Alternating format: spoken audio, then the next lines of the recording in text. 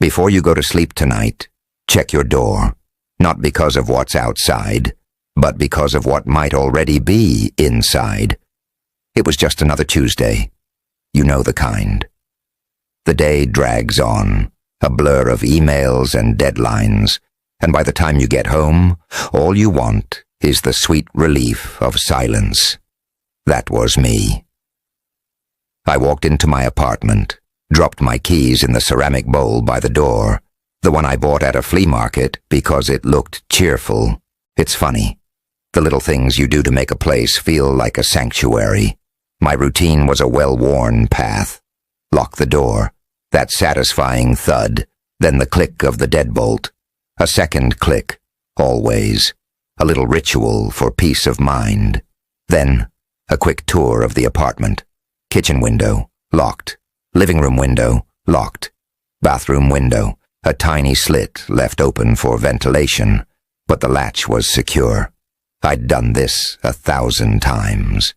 It was muscle memory, a subconscious dance of security. I made a simple dinner, ate it while scrolling through my phone, the blue light a comfort against the encroaching darkness outside. I washed the plate, set it to dry, and turned off the kitchen light. The apartment shrank, the familiar shapes of my furniture becoming soft, shadowy lumps in the dim glow from the living room lamp.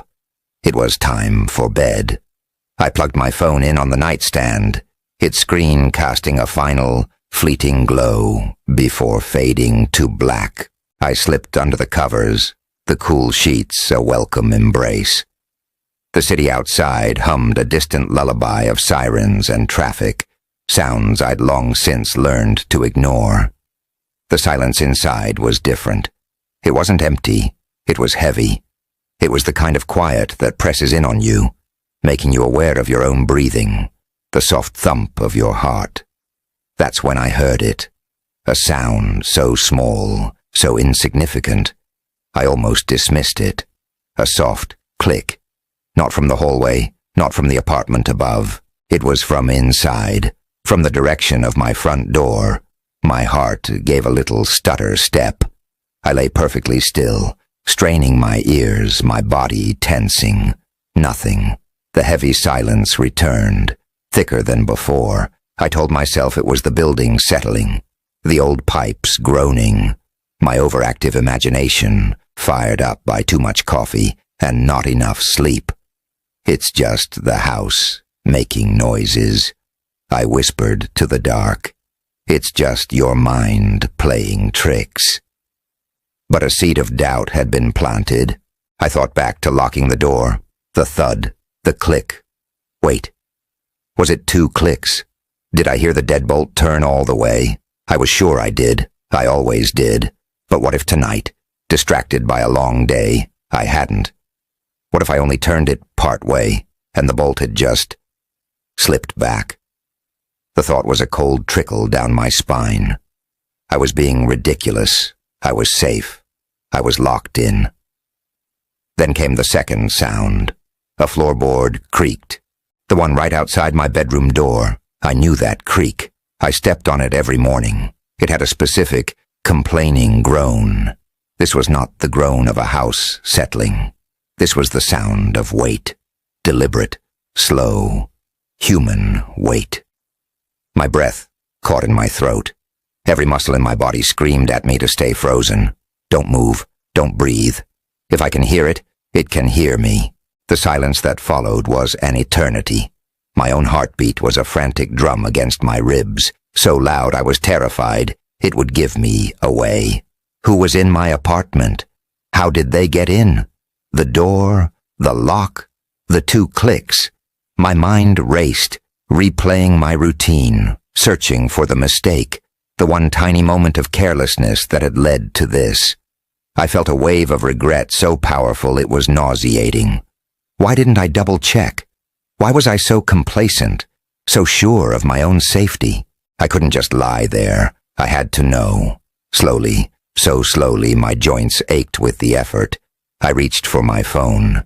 My fingers fumbled against the smooth glass, shaking too much to unlock it. I took a deep, silent breath, trying to steady myself. My plan was simple: call for help. But my thumb hovered over the screen. What if the light from the phone alerted them?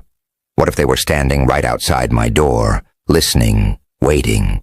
The loneliness of that moment was crushing. Here I was, in my own home, the place I was supposed to be safest, and I was utterly, completely alone, trapped. The four walls of my bedroom, once a comfort, were now a cage. I decided to look. I had to.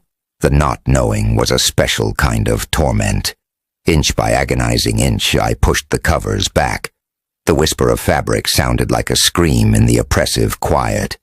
I swung my legs over the side of the bed, my bare feet touching the cold floor without a sound. My bedroom door was ajar, just a crack. I always slept with it closed, always.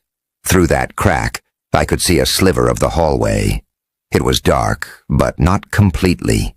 A faint, unnatural light seemed to be coming from the living room. Not a lamp. It was a pale, shifting glow, like a television screen left on, but I knew I'd turned everything off. My survival instinct kicked in, a raw, primal need to live that overrode the paralysis of fear. I couldn't go out there. The window. My bedroom was on the 3rd floor, not a survivable jump. I was cornered. My eyes darted around the room searching for a weapon, for anything, a lamp, a book. Pathetic. Then I saw the shadow. It fell across the sliver of hallway floor, visible through the crack in the door. A long, distorted shadow that stretched and then contracted as if someone was slowly rocking back and forth. They were in the living room, just out of sight. They were there. They were real. And then, the most terrifying thing of all happened. The light in the living room went out. Total, absolute darkness. The shadow vanished. The silence was no longer heavy. It was predatory. It was waiting. I held my breath, listening for the next creak of the floor, for the sound of the bedroom doorknob turning. I braced myself for the final awful confrontation. Seconds stretched into minutes. My body trembled with a mixture of terror and adrenaline. But nothing happened. No sound. No movement. Just the suffocating, endless dark. After what felt like a lifetime, the first hint of dawn began to gray my window. The city was waking up, its familiar sounds a distant promise of normalcy. With the growing light came a sliver of courage. I waited until the sun was fully up, painting my room in bright, cheerful stripes. With my heart hammering, I finally crept to my bedroom door and pushed it open. The hallway was empty. The living room was just as I had left it. Everything was in its place. I rushed to the front door. The deadbolt was unlocked. The chain, which I never used, was still hanging to the side. The door was slightly ajar, just enough for a person to slip through. I never found anything missing. Nothing was broken. The police came. They took a report. They found no signs of forced entry. They told me I probably forgot to lock the door properly, that I had a nightmare. They tried to reassure me. But I know what I heard. I know what I saw. The worst part isn't knowing someone was in my home. The worst part is that I don't think they ever left. I think they just got better at hiding. I moved out the next day. I couldn't spend another night in that apartment. I broke my lease. I left half my things behind. But you can't run from a fear like that. It follows you. It seeps into the walls of your new home. Every creak of the floorboards, every rattle of the pipes, it all brings me back to that night. Tonight, when the lights go off, you'll remember this story. And you'll wonder, did you really lock your door? Are you sure you heard both clicks? Or was it just your imagination? Right. Check your doors, please. Thanks for listening.